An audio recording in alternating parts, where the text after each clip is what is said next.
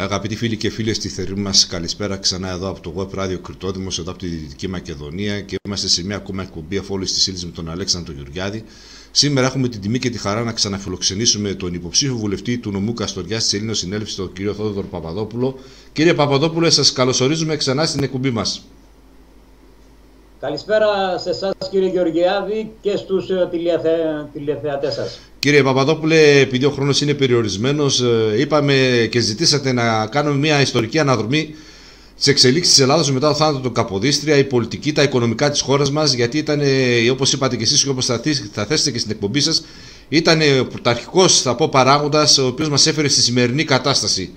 Δηλαδή συνδέεται το τότε με το τώρα και ότι φταίει το παρελθόν που φτάσαμε στη σημερινή κατάσταση. Θα θέλαμε να μας κάνετε και να ξεκινήσετε να μας πείτε αν πραγματικά η μετέπειτα εποχή Καποδίστρια έχει συμβάλει ούτως ώστε να φτάσουμε στα σημερινά γεγονότα, στη σημερινή κατάσταση της χώρας μας. Αν είναι αυτή η κατάσταση, δηλαδή τα γεγονότα τα ιστορικά τα οποία έτρεξαν μετά το θάνατο του Καποδίστρια, ή για μένα θα πω εγώ φταίει και η στάση του πολίτη και ο χαρακτήρας που έχει διαμορφωθεί στο πέρασμα των αιώνων. Όπως είπατε, μετά τη δολοφονία του Καποδίστρια το 1831, που τότε υπήρχε εθνοσυνέλευση, δεν υπήρχαν κόμματα, υπήρχε η εθνοσυνέλευση, και στην τέταρτη σταμάτησε εκεί γιατί τον δολοφόνησαν.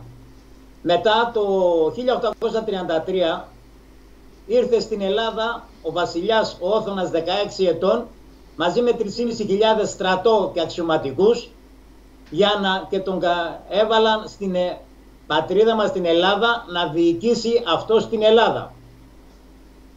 Μετά στον Πρώτο Παγκόσμιο Πόλεμο, εκεί όταν ο στρατός μας πολεμούσε στη Μικρά Ασία, δυστυχώς πάλι βασιλείς και Βενιζελικοί τρογόντουσαν πάλι και χάσαμε και τη Μικρά Ασία και τον Πόντο και τον στρατό μας σφαγιάστηκε. 4 εκατομμύρια Έλληνες χαθήκανε εκείνη την περίοδο. Μετά ερχόμαστε στο Δεύτερο Παγκόσμιο, ερχόμαστε στον εμφύλιο, που και εκεί κομμουνιστές με εθνικιστές, δηλαδή πάλι με κομμάτια, πάλι σε 2-3 κομμάτια να είμαστε και να τρογόμαστε μεταξύ μας. Και φτάσαμε μετά τη Χούντα στο 1974 και από τότε έχουμε πάλι τα κόμματα τα οποία δεξιό, αριστερό, κεντρό,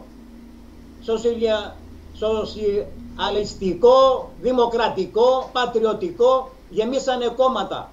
Για να μην σας πω ότι τελευταία φορά 40 κόμματα, 40 ψηφοδέλτια. Δηλαδή τι γίνεται, κομματοκρατία υπάρχει στην Ελλάδα. Γι' αυτό και δεν γίνεται τίποτα. Κύριε Παπαδόπουλε, θα ήθελα να σας πω ότι με αυτό που αναφέρετε προηγουμένως και με τις τάσεις ιστορικές που δείξατε, με τους εμφυλίους και αυτά, θα σας πω ότι ήταν ένα καλοσχεδιασμένο, θα πω, σχέδιο, έτσι, διαμελισμού του ελληνισμού. Επειδή αναφερθήκατε και σε εμφύλιο πόλεμο, αλλά αναφερθήκατε και σε μια μεγάλη καταστροφή που σαν Πόντιος τη γνωρίζετε πολύ καλά, είναι η καταστροφή της Σμύρνης, είναι η μεγάλη ανταλλαγή που έγινε, ήταν οι πρόσφυγες, οι Έλληνες του Πόντου που ήρθαν από εδώ, από το Πόντο στην Ελλάδα. Αυτό όμως σηματοδοτεί κάτι το οποίο ο Αρτέμις Ώρας μας το έφερε μπροστά μας και μας εξήγησε για ποιο λόγο έγινε αυτή η μεγάλη καταστροφή. Μπορείτε εν ολίγης να μας εξηγήσετε αυτή η μεγάλη καταστροφή της Σμύρνης που οφείλεται σε πιο μεγάλο γεγονός που μέχρι τώρα είχαμε άγνοια, δεν γνωρίζαμε? Αυτή η μεγάλη καταστροφή έγινε, και ειδικά, ας πούμε, να πάρουμε εκεί τα παράλια της Σμύρνης και όλα της Μικράς Ασίας. Ένας λόγος ήταν και η Τράπεζα της Ανατολής. Εκεί είχαν κάνει την Τράπεζα της Ανατολής η εθνική δικιά μας, μαζί με την Deutsche Bank της Γερμανίας, η εθνική της Γερμανίας δηλαδή, και εγγυήτρια είχε δει η Κεντρική Τράπεζα της Γαλλίας, που σήμερα είναι η Κεντρική Τράπεζα της Ευρώπης, και μαζέψανε το χρυσό όλων των Ελλήνων. Χρυσός. Και με αυτό τον χρυσό έγινανε παγκοσμίως πολλά κράτη και πολλές τράπεζες με το ελληνικό χρυσό. Και έγινε αυτός, καταστρέψανε εκεί πέρα τους ανθρώπους, τους σκοτώσανε για να τους πάρουν τον πλούτο, για να μην έχουν τίποτα χαρτιά ότι έχουν τον πλούτο, ότι είναι δικά τους, αυτός ο Χρυσός είναι δικός τους. Γι' αυτό έγινε η μεγάλη καταστροφή. Μέχρι που σημειώνανε ποια σπίτια έχουν μετοχές και πηγαίναν τους καθαρίες, τους σκοτώνανε και παίρναν τις μετοχές τους για να μην μπορούν να ζητήσουν οι Έλληνες τον πλούτο τους. Αλλά αυτά είναι μεγάλη ιστορία, κύριε Γεωργιάδη. Θέλει μεγάλη εκπομπή, σε άλλη εκπομπή να τα αναφέρομαι όμορφα και ωραία με λεπτομέρειες. Γιατί είναι μεγάλο πράγμα, με 2 λέξεις αυτό δεν τελειώνει. Πολύ σωστά, κύριε Παπαδόπουλε. Απλώς το ανέφερα εγώ γιατί αναφέρατε μια μεγάλη τεράστια καταστροφή που έγινε και έπρεπε, επειδή η εκπομπή έχει έναν ενημερωτικό χαρακτήρα, πρέπει να δώσουμε και κάποια στοιχεία τα οποία μέχρι τώρα ο ελληνικός λαός είχε άγνοια και δεν γνώριζε. Πάμε στο κομμάτι τώρα που είπατε ότι μετά το Καποδίστρια, μετά την 4η Εθνοσυνέλευση που έγινε, φυσικά και με δόλιο και δολοφονήθηκε αυτός ο μεγάλος κυβερνήτης και μετέπειτα ήρθε στην εξουσία ο Όθωνας, ο οποίος έφερε μαζί του, να ξέρετε κύριε Παπαδόπουλε, 3.500 Βαβαρούς στρατιώτες, οι οποίοι μείναν στην Ελλάδα. Και θα πω με τα γνώσεως ότι αυτοί οι στρατιώτες, οι Βαβαροί, οι οποίοι μείναν στην Ελλάδα, μέχρι και σήμερα γενολογικά, άμα το πάρουμε, έχουν φτάσει γύρω στα 2 εκατομμύρια το σόι των Βαβαρών αυτών. Και αν θέλετε πιστέψτε, αν θέλετε όχι, εγώ πιστεύω και λέω με τα γνώσεως ότι αυτά τα άτομα είναι σήμερα που έχουν πάρει τη διακυβέρνηση της χώρας μας και όλα τα μεγάλα πόστα και φτάσαμε στο σημείο που φτάσαμε. Με λίγα λόγια, μετά το θάνατο του Καποδίστρια, η Ελλάδα δεν ξανακυβερνήθηκε από ελληνικά χέρια. Ας αφήσουμε τον Όθωνα, ας πάμε και μετά τον Όθωνα. Και αν κυβερνήθηκε με την έννοια από ελληνικά χέρια, από Έλληνες κυβερνώντες, δεν είχαν ελληνικό, θα σας πω, αίσθημα, ούτως ώστε να δούμε μια ανάκαψη, να δούμε μια Ελλάδα διαφορετική. Όλοι ήταν υποδουλωμένοι σε ένα ξενοκρατούμενο τραπεζικό σύστημα. Αυτοί κουμάνταρε μετά το θάνατο του Καποδίστρια και αυτό το ξενοκρατούμενο, το παγκόσμιο τραπεζικό σύστημα έφτασε και στο σημείο να φωνεύσει και τον Καποδίστρια. Και ξέρουμε για ποιο λόγο φωνεύτηκε και ο Καποδίστριας. Φυσικά και το ξέρουμε και πρέπει να το μάθει ο Έλληνας πολίτης, γιατί διαφορετικά μας τα λένε, διαφορετικά μας τα μάθανε και τις αλήθειες δεν τις λένε. Όπως τους βολεύει και όπως θέλουν να το σερβίρουν για να το μάθει λάθος ο κάθε Έλληνας πολίτης. Γι' αυτό τα έχω αναφέρει αυτά και θα μπαίναμε εν συνέχεια μετά το 1974, μετά τη Χούντα, τα κόμματα τα οποία κυβέρνησαν και κυβερνούν την Ελλάδα. Ποιοι είναι? Αυτό που είπατε, είναι ακόμα τα άτομα τα οποία είχαν εισέρθει μαζί με τον Όθωνα. Είναι αυτοί οι οποίοι δεν τους ενδιαφέρει η Ελλάδα. Δεν τους ενδιαφέρει γιατί δεν είναι ανθέλληνες. Δεν αγαπάνε την Ελλάδα. Την Ελλάδα την αγαπάει ο πατριώτης ο Έλληνας. Αλλά δεν μπορεί να μπει σε αυτά τα σκαλοπάτια, σε αυτές τις θέσεις, εάν δεν δηλώσει σε αυτούς τι πρέπει να κάνει, και όταν πάρει μια θέση πρέπει να υπακούει. Γι' αυτό και φτάσαμε σήμερα αυτοί οι πολιτικοί, βλέπετε τη μια βγαίνουνε το ένα κόμμα, την άλλη φορά βγαίνει το άλλο κόμμα, ξανά έρχεται το ίδιο κόμμα, ξανά το άλλο, όλοι δηλαδή είναι παρέα, είναι φιλαράκια μεταξύ τους και σου λέει θα κυβερνήσεις εσύ 4 χρόνια, 3 ξέρω εγώ πόσα είναι, άλλα τόσα εγώ και πάει λέγοντας. Αλλά γι' αυτό αυτή τη στιγμή η Ελλάδα μας, η πατρίδα μας υποφέρει, διότι αυτοί που μας κυβερνάνε δεν θέλουν το καλό του πολίτη, εξυπηρετούν άλλα συμφέροντα, δυστυχώς, και ξέρουμε ποια συμφέροντα εξυπηρετούν. Ο κόσμος δεν τα έχει καταλάβει, διότι αυτές οι τηλεοράσεις μόνο ψέμα ξέρουν να λένε. Το μόνο που ξέρουν να προπαγανδίζουν και να λένε τα ψέματά τους και να θολώνουν τον Έλληνα με αυτά που λένε και να τον καθοδηγούν εκεί που θέλουν αυτοί. Αλλά η αλήθεια είναι άλλη. Γι' αυτό πρέπει κάποια στιγμή πρέπει να το καταλάβουμε. Εμείς σαν Ελλήνος Συνέλευσης το καταλάβαμε. Γι' αυτό και τώρα μπαίνουμε στο στίβο αυτόν και πρέπει να τον τελειώσουμε. Μπήκαμε για να τελειώσουμε, διότι σήμερα αυτό που ζούμε στην πατρίδα μας, μόνο ελευθερία, μόνο δημοκρατία, μόνο αυθονία, με τίποτα δεν έχει. Και όπως βλέπετε κιόλας γεμίσαμε και με λαθρομετανάστες, θα το πω. Γεμίσαμε. Γιατί όλοι έρχονται στην Ελλάδα μας. Τόσο καλή είναι η Ελλάδα μας, αφού είμαστε φτωχοί, λένε οι φίλοι μας οι Ευρωπαίοι. Γιατί να έρχονται στην Ελλάδα και δεν πάνε σε μια πλούσια χώρα και τους φέρνουν όλους τους Έλληνες. Και το πιο οξύμορο, τους δίνουμε και ηθαγένεια. Ποιους δίνουμε ηθαγένεια? Ένας ο οποίος έρχεται και δεν έχει καν χαρτιά, αλλά 5.000 δολάρια και ένα κινητό 1.000 ευρώ και 2.000 ευρώ έχει, αλλά έγγραφα δεν έχει, ούτε ταυτότητα, ούτε διαβατήριο, τίποτα. Πώς γίνεται αυτό το πράγμα?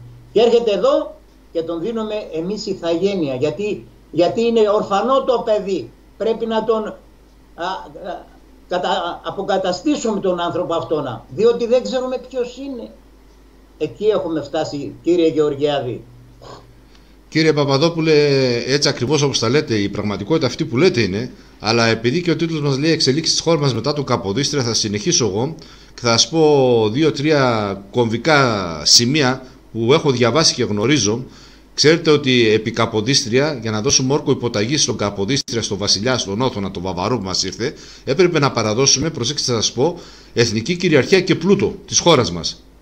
Που σημαίνει ότι η εθνική κυριαρχία φυσιολογικά υπάρχει σαν έθνος αφού ήμασταν, αλλά τον πλούτο που δεν τον ήξεραμε, η κυβέρνηση τότε πριν το Καποδίστρια, μετά το θάνατο του Καποδίστρια μέχρι του Όθωνα, ήξερε τον τεράστιο πλούτο, όπως η Εκκλησία ήξερε τον τεράστιο πλούτο και τον παρέδωσε στον Όθωνα. Και το 1854, να σας πω να ξέρετε ιστορικά του τι έχει γίνει και θα μου πείτε τι έχει γίνει και σήμερα, έτσι. Το 1854 με το ΦΕΚ1 του βασιλείου του βασίλειου του Όθωνα ιδρύεται η εφορία. Ιδρύονται οι εφορίες. Με λίγα λόγια, δεν κάνει τη χρήση άλλο Όθωνα στον πλούτο των Ελλήνων και μαζεύει το φόρο μέσα από τους Έλληνες πολίτες, έτσι, στην Ελλάδα και το δίνει στα δάνεια τα οποία υποτίθεται ότι είχαν πάρει για την απληρωμή των δανείων. Σήμερα, αφού μιλάμε για παράδοση κυριαρχίας και παράδοση πλούτων, έχει ξανασυμβεί αυτό το ιστορικό γεγονός στις μέρες μας, κύριε Παπαδόπουλε? Μπορείτε να το συσχετίσετε με κάτι ιστορικό γεγονός που έγινε τελευταία στη χώρα μας? Φυσικά και όλα είναι ιστορικά, όλα είναι βγαλμένα, όλα φαίνονται. Γιατί όταν το 10 ο Γεώργιος Παπανδρέου από το Καστελόριζο μπήκαμε, μας έβαλε στα μνημόνια, τότε χάσαμε και την κυριαρχία μας. Άραγε εμείς εδώ δεν κάνουμε κουμάντο στην πατρίδα μας, άλλοι μας κάνουν κουμάντο. Εδώ έρχονται έτοιμα τα ραβασάκια, απλώς οι 300 που είναι μέσα στη Βουλή υπογράφουν και εκτελούνε. Δεν παίρνουν απόφαση αυτοί, εκτελούνε μοναχά. Εκεί έχουμε φτάσει. Και αυτό πρέπει να το μάθει ο ελληνικός λαός, ποιους ψηφίζει και ποιοι είναι αυτοί και ποιοι είναι απέναντί του.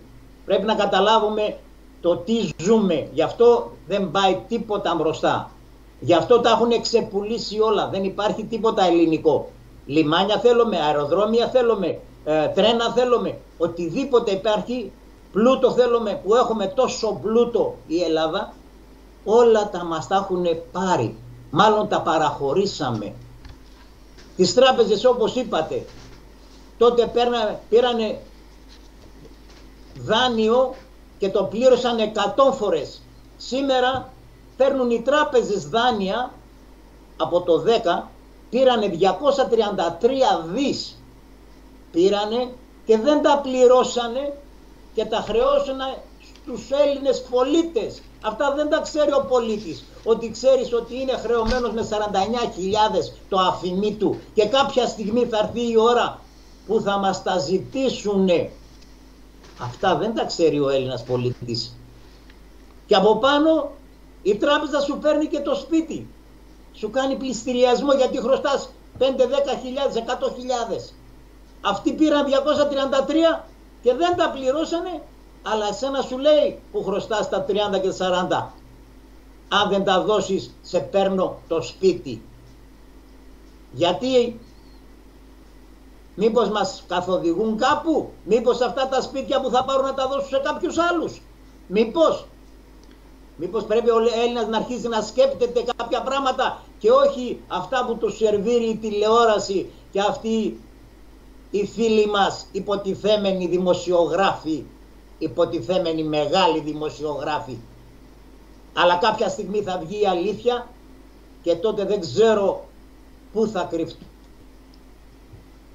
Κύριε Παπαδόπουλε, έτσι ακριβώς όπως τα λέτε, εδώ υπάρχει ένα σχέδιο, θα σας πω, αφανισμού της Ελλάδας και του ελληνισμού. Πολύ καλά και ο ελληνικός λαός άρχισε το καταλαβαίνει, γιατί ζει τα γεγονότα, ζει την καθημερινότητα πλέον και είδε ότι όλοι πλέον είναι απέναντί του, όπως αναφέρατε, τράπεζες, καθεστώς, μην πω και σε τίποτε διαφορετικά άλλα, αλλά αυτή τη στιγμή ο Έλληνας πολίτης έμεινε μόνος του.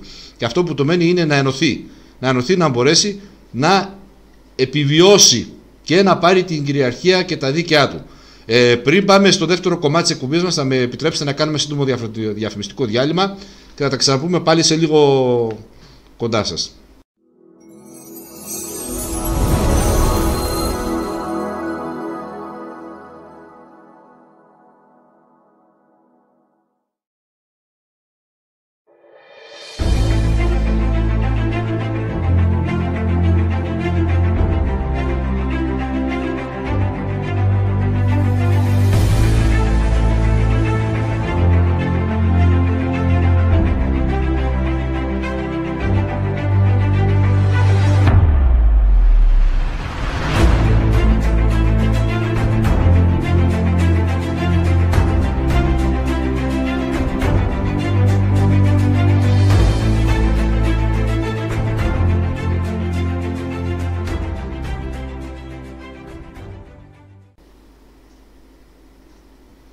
Ξανά πίσω μετά το διαφημιστικό μας μήνυμα. Κύριε Παπαδόπουλε, μια και κάνουμε μια σύντομη αναδρομή στο παρελθόν και μιλάμε για την εποχή μετά Καποδίστρια, θέλω να σας πω, γιατί ό,τι αφορά και το οικονομικό κομμάτι της χώρας μας, ότι η χώρα μας δέχτηκε 4 πτωχεύσεις. Η πρώτη πτώχευση ήταν το 1827, η δεύτερη το 1843, η τρίτη το 1893, τότε με τον Τρικούπη, και η τελευταία πτώχευση έχει πραγματοποιηθεί το 1932. Προσέξτε όμως τι ήθελα να σας πω.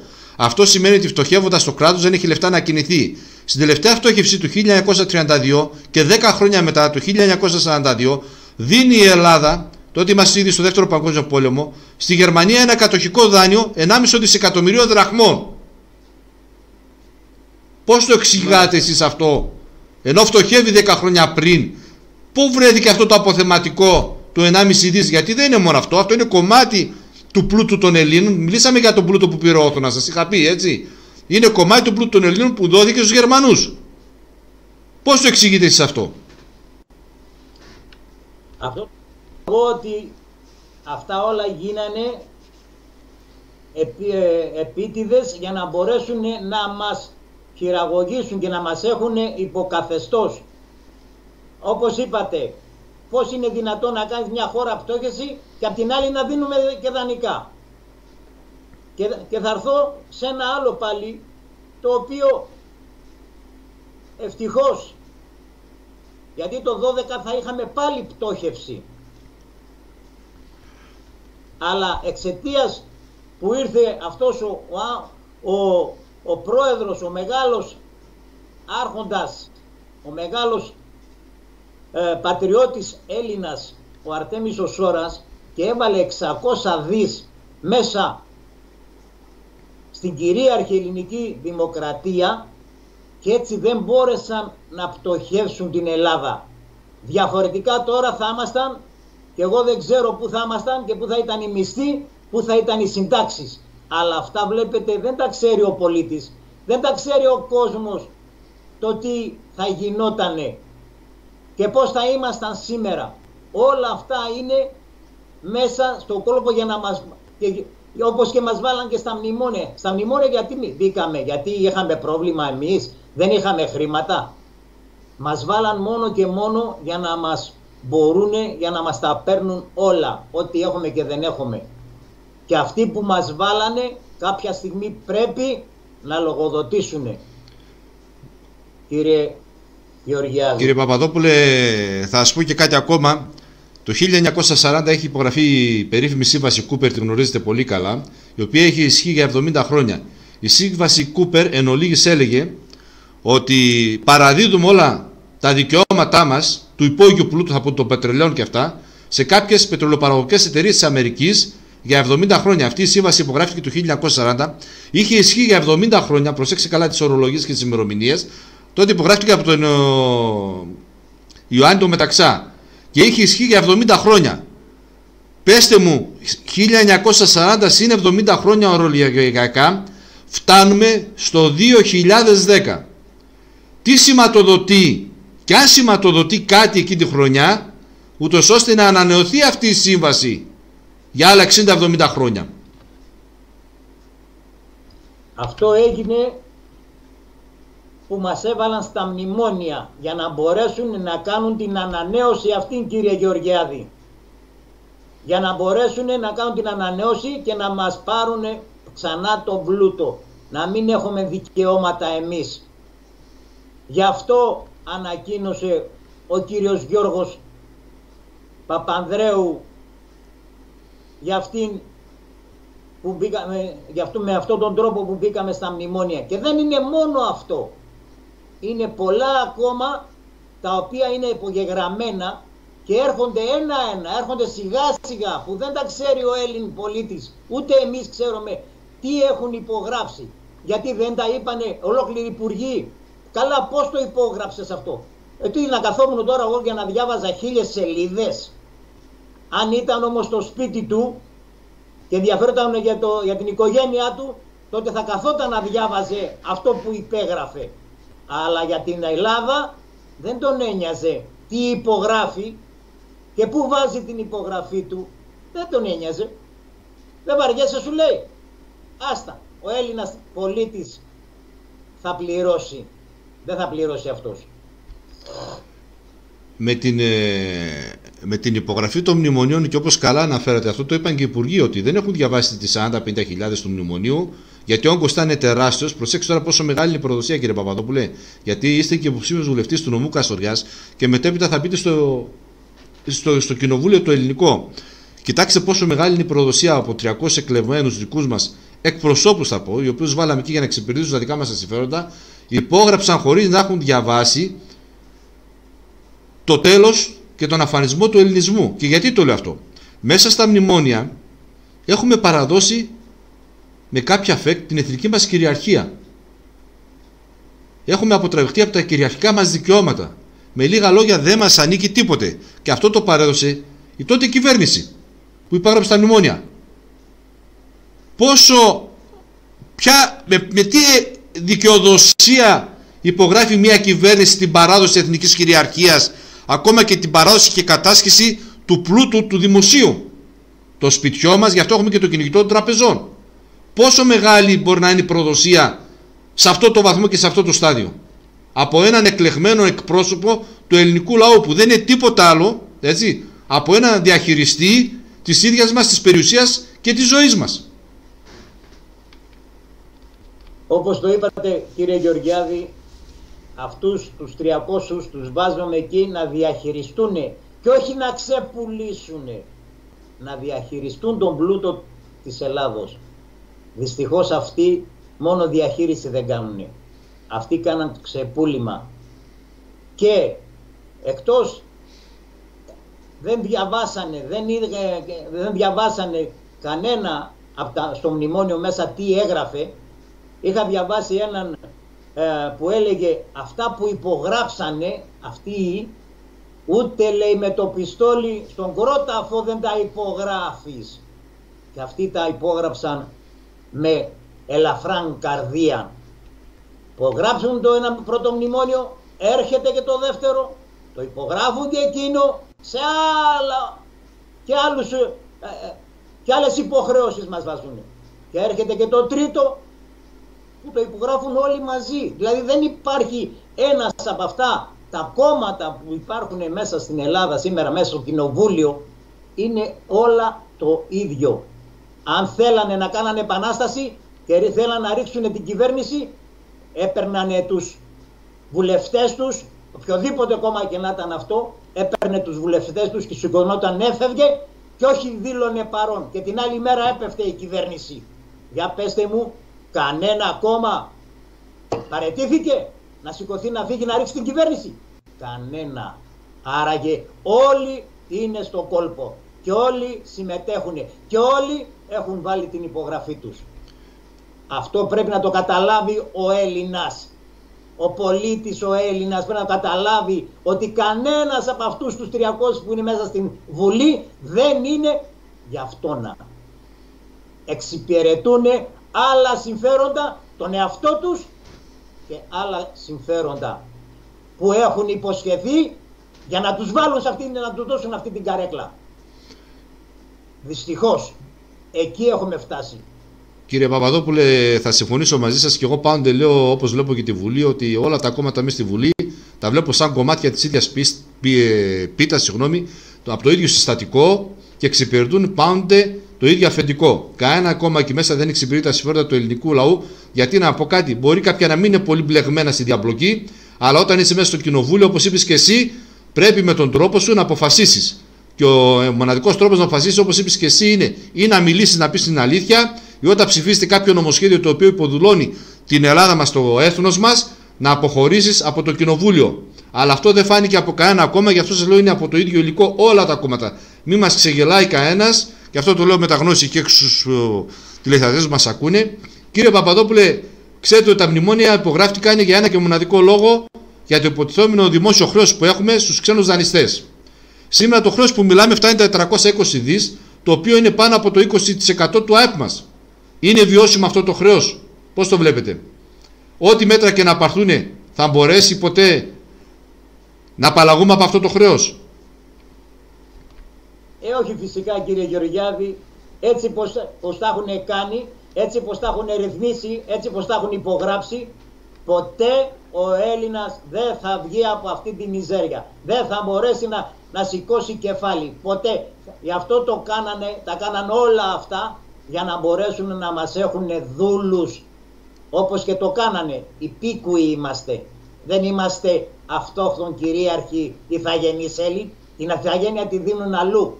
Εμείς γίναμε υπήκουοι. Αυτό μας έκαναν.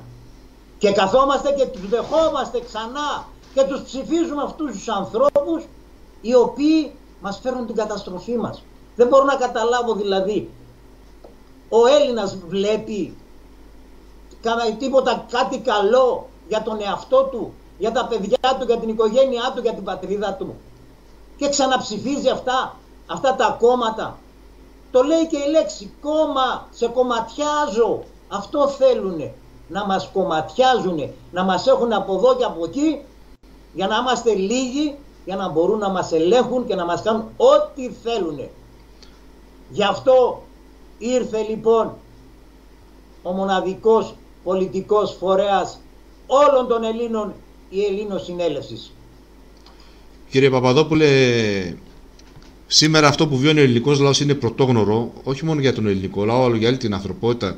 Και μιλάω για τα τελευταία γεγονότα εδώ και ένα χρόνο, για τους περιορισμούς και αυτά τα οποία γίνονται, η απαγόρευση των κινήσεων έξω που γίνονται. Με λίγα λόγια, υπάρχει ένας φόβος, μια τρομοκρατία θα πω, από το ίδιο παγκόσμιο σύστημα. Να μιλήσουμε μόνο για το συγκεκριμένο καθεστώς, από το ίδιο παγκόσμιο σύστημα. Στην κατάσταση που βρισκόμαστε σήμερα, βλέπουμε έναν Έλληνα πολίτη, γιατί μιλάμε για την Ελλάδα και τον ελληνισμό, και εκπροσωπείται αυτή τη στιγμή τον Έλληνα πολίτη, την Ελλάδα και τον ελληνισμό. Στην κατάσταση που ζει σήμερα ο Έλληνας πολίτης, έχοντας μέσα στη ψυχή του φόβο, αγανάκταση, έχοντας ένα υποσυνείδητο το οποίο είναι γεμάτο με συναισθήματα τα οποία έχουν διαμορφώσει το χαρακτήρα του, το φέρασε σε ένα σημείο δηλαδή όλα αυτά να μην μπορεί να αντιδράσει. Όχι ότι δεν μπορεί, να μην μπορεί να κάνει την πρώτη κίνηση της αντίδρασης. Βλέπετε εσείς κάποιον τρόπο να μπορεί ο Έλληνας να απαλλαγεί από αυτό το κλειό, από αυτό το συνοθήλεμα θα πω των συστημάτων που βάλουν στον ίδιο τον άνθρωπο, μπορεί να απαλλαγεί?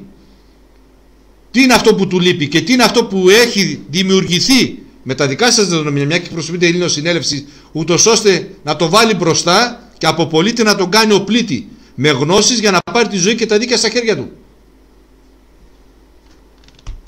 Αυτό ακριβώς είναι η Ελλήνος Συνέλευση. Και η Ελλήνος Συνέλευση έγινε αυτός ο πολιτικός φορέας εξ ανάγκης, γιατί είδε ο Αρτέμις ο Σόρας, ο πρόεδρος μας, είδε την αδικία που βιώνει ο Έλληνας, που βιώνει η πατρίδα μας, και και πήραν κάποια γραφεία τα οποία είχαν γίνει, 110 γραφεία είχαν γίνει στην αρχή, και αυτοί τον προτρέψανε και τον είπανε, πρόεδρε, ξεκίνα και να κάνουμε τον πολιτικό φορέα.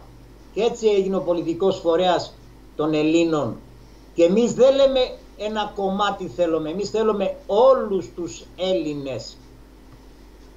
Θέλουμε όλους τους Έλληνες οι οποίοι, και τους θέλουμε ενδράσει, να πάρει ο ίδιος να μπει στην πολιτική. Σε μας δεν υπάρχει ότι είμαι εγώ και δεν είσαι εσύ.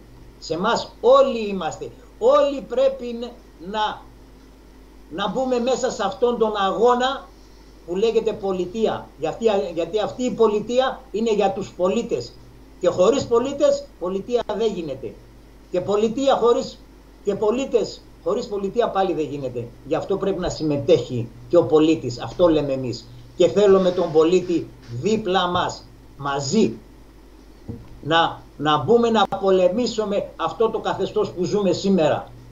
Διότι είναι όντως μεγάλο, τόσα χρόνια έχει εδραιωθεί. Αλλά μπορούμε σε ένα βράδυ μέσα να το διώξουμε. Αρκεί να το θέλουμε οι Έλληνες. Να ενωθούμε κάτω από την ομπρέλα της Ελλήνος Συνέλευσης, και την άλλη μέρα θα δείτε ότι πόσο όμορφα θα γίνουν όλα τα πράγματα. Και το λέω αυτό διότι, κύριε Γεωργιάδη, είμαστε ο μοναδικός πολιτικός φορέας των Ελλήνων που πήγαμε στον Άριο Πάγο και δώσαμε το πρόγραμμά μας. Δηλαδή την άλλη μέρα, αν βγούμε εμείς κυβέρνηση, τι θα κάνουμε, πώς θα πράξουμε, πώς θα κυβερνήσουμε αυτήν τη χώρα που λέγεται Ελλάδα. Το έχουμε δηλώσει. Αυτά τα κόμματα εδώ και 200 χρόνια που κυβερνάνε την Ελλάδα, πήγε ποτέ κανένα κόμμα από αυτά? Υποτίθεται μεγάλο, υποτίθεται είναι εξουσίες, περάσανε, ξαναπεράσανε.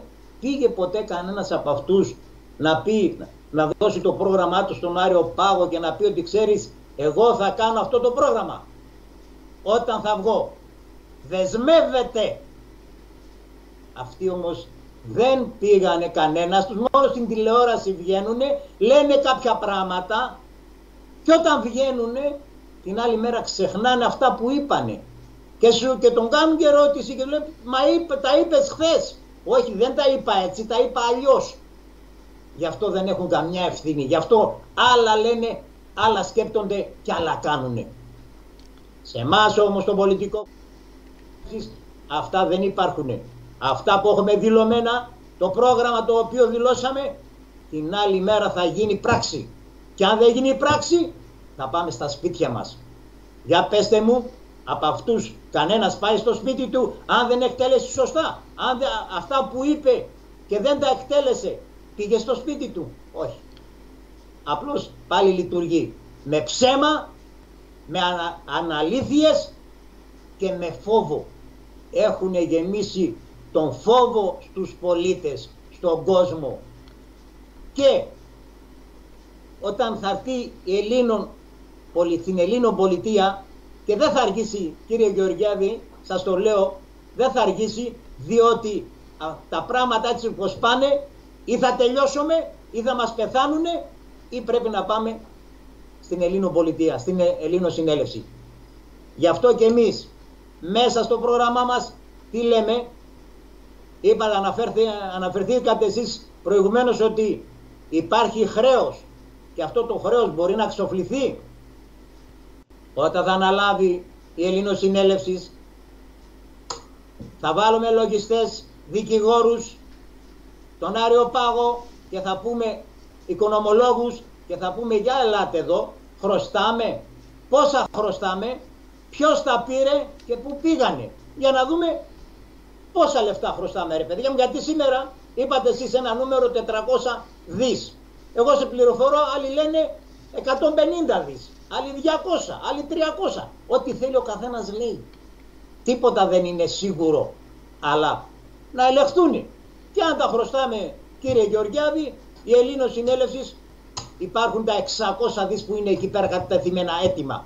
Αν χρωστάμε, πληρώνουμε το χρέος στο εξωτερικό και τους λέμε κύριοι, τώρα καθίστε εκεί που είσαστε και θα κάνουμε κουμάντο εμείς στην πατρίδα μας και όχι εσείς. Γιατί αυτά τα λεφτά, και αν τα χρωστάμε, δεν τα χρωστάμε, βλέπετε η εφορία μας έγινε από το 1854 όπως αναφέρατε και συνεχίζει και παίρνει τον πλούτο των Ελλήνων και σήμερα πια, πώς λέγεται, ανεξάρτητη αρχή. Τι θα πει αυτό? Αυτό θα πει, κύριε Γεωργιάδη, ότι ό,τι μαζεύουν από τον Έλληνα, τον ξεζουμίζουν, παίρνουν το αίμα του, παίρνουν τον υδρότα του και πού πάνε, ποιος τα παίρνει, ποιος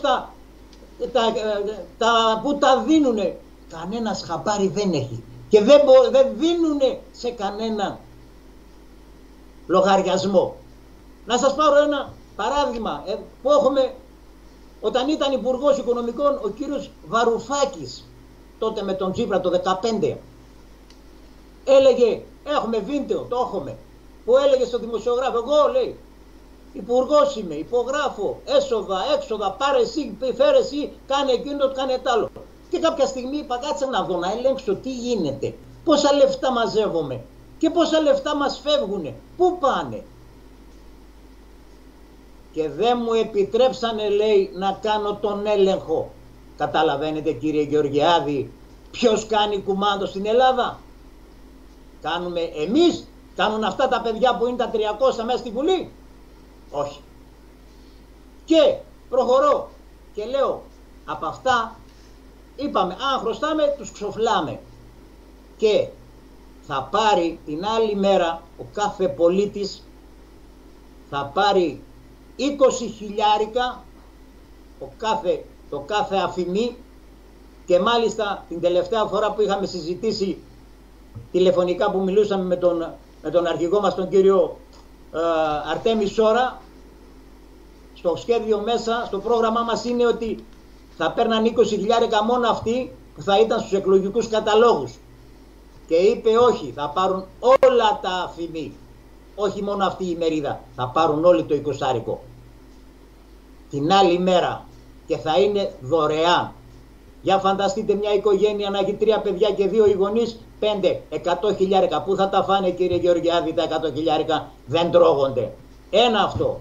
Και εκτός από αυτό, όλα τα αφημί, ό,τι χρωστάνε, σε εφορίες, σε τράπεζες, σε ΔΕΗ, σε Δήμο, αυτά όλα θα ξοφληθούνε, όλα θα πληρωθούνε. Καταλαβαίνετε τι έχει να γίνει την άλλη μέρα στην Ελλάδα και πώς θα νιώθουν οι Έλληνες όταν δεν θα έχουν καθόλου βάρη και δεν θα φοβούνται ότι αύριο θα τους πάρουν το χωράφι, θα σου πάρουν τα πρόβατα, θα σου πάρουν το σπίτι, θα σου πάρουν το μαγαζί. Όταν δεν θα τα σκέπτεται αυτά, πόσο άνετα θα νιώθει και αμέσως θα πάρει ζωή. Και όχι σήμερα δεν βλέπεις έναν άνθρωπο να χαμογελάει. Όλοι με σκυφτά τα κεφάλια είναι. Και εκτός αυτά, μες στο πρόγραμμά μας είναι έτοιμες 49.000 μελέτες έτοιμες. Θα ξεκινήσουν, κύριε Γεωργιάδη, να γίνονται τι δρόμοι, τι αεροδρόμια, τι λιμάνια, τι τρένα, τι νοσοκομεία, τι σχολεία. Όλα αυτά από την αρχή. Και θα έρθουν πάλι σε εμάς, τους Έλληνες. Θα δούμε τι έγινε, με ποιες συμβάσεις τα πήρανε και τα παραχωρήσανε. Θα τα ελέγξουμε όλα και αυτά όλα πρέπει να είναι στο δημόσιο, πρέπει να είναι του κράτους. Κάποια πράγματα πρέπει να είναι του κράτους και κάποια που δεν είναι και δεν πρέπει να τα έχει ο ιδιώτης, θα τα αφήσουμε στον ιδιώτη. Αλλά αυτά όλα θα έρθουν στους Έλληνες, στην Ελλάδα. Και αυτά τα λεφτά είναι κατατεθειμένα και αυτά έτοιμα χρήματα. 2-3-300 δις. Φαντάζεστε τι μπορούμε να κάνουμε με τόσο χρήμα, κύριε Γεωργιάδη? Και αυτά είναι όλα μέσα στον Άριο Πάγο κατατεθειμένα. Αν ήταν ψέματα θα μας πετούσαν έξω τις προγραμματικές μας δηλώσεις. Αλλά βλέπετε από το 15, από τις 4 Ενάτου του 15 που είναι μέσα κατατεθειμένο το πρόγραμμά μας στον Άριο Πάγο, δεν μας πετάξαν έξω. Και βλέπετε συμμετείχαμε και το 19 στις εκλογές και στην Ευρωβουλή και στις βουλευτικές. Και τώρα πάλι άμα χρειαστεί, αν θα ξαναγίνουνε, πάλι είμαστε έτοιμοι. Αλλά αυτή τη φορά θα αναλάβουμε και θα πάρουμε τη διακυβέρνηση της πατρίδος μας για να τελειώσουν τα βάσανα των πολιτών, των Ελλήνων. Έρχεται η ώρα, αρκεί να μας εμπιστευτεί ο Έλλην πολίτης. Αρκεί να έρθει και αυτός ο ίδιος να αγωνιστεί μαζί μας. Σε μας δεν υπάρχει ότι εγώ είμαι και εσύ δεν είσαι. Όλοι μπορούν να συμμετέχουν. Όλοι μπορούν να βάλουν υποψηφιότητες για οπουδήποτε. Σε μας είναι ελεύθερα. Αυτό θα πει δημοκρατία. Να έχουν όλοι έχουν τα ίδια δικαιώματα. Και όχι μερικοί. Σε μας όλοι έχουν τα ίδια δικαιώματα και τις ίδιες υποχρεώσεις. Ελάτε, το μόνο που μας μένει είναι να μαζευτούν όλοι εμείς οι Έλληνες.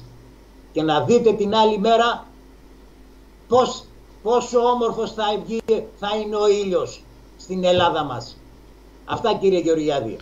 Να είστε καλά, κύριε Παπαδόπουλε. Κύριε Παπαδόπουλε, ένα πράγμα θα ήθελα να πω πριν κλείσουμε και την εκπομπή μας, ότι εδώ πριν 10 χρόνια, παρακολουθώντας εγώ τα γεγονότα και μετά που μπήκαμε στις μνημονιακές συμβάσεις, θα πω, απογοητεύτηκα τόσο πολύ, γιατί ήξερα πλέον και την κατάσταση του Έλληνα πολίτη, ότι ήταν δύσκολο να ενωθεί, γιατί έχει διασπαστεί διαχρονικά, έχουν περάσει πολλά από πάνω του, με την έννοια ότι δεν θα μπορέσει να ενωθεί, και απογοητεύτηκα και είπα ότι όπου προχωρήσει και όπως το προχωρήσουν οι μεγάλες δυνάμεις, έτσι θα κινηθεί και ο ελληνισμός.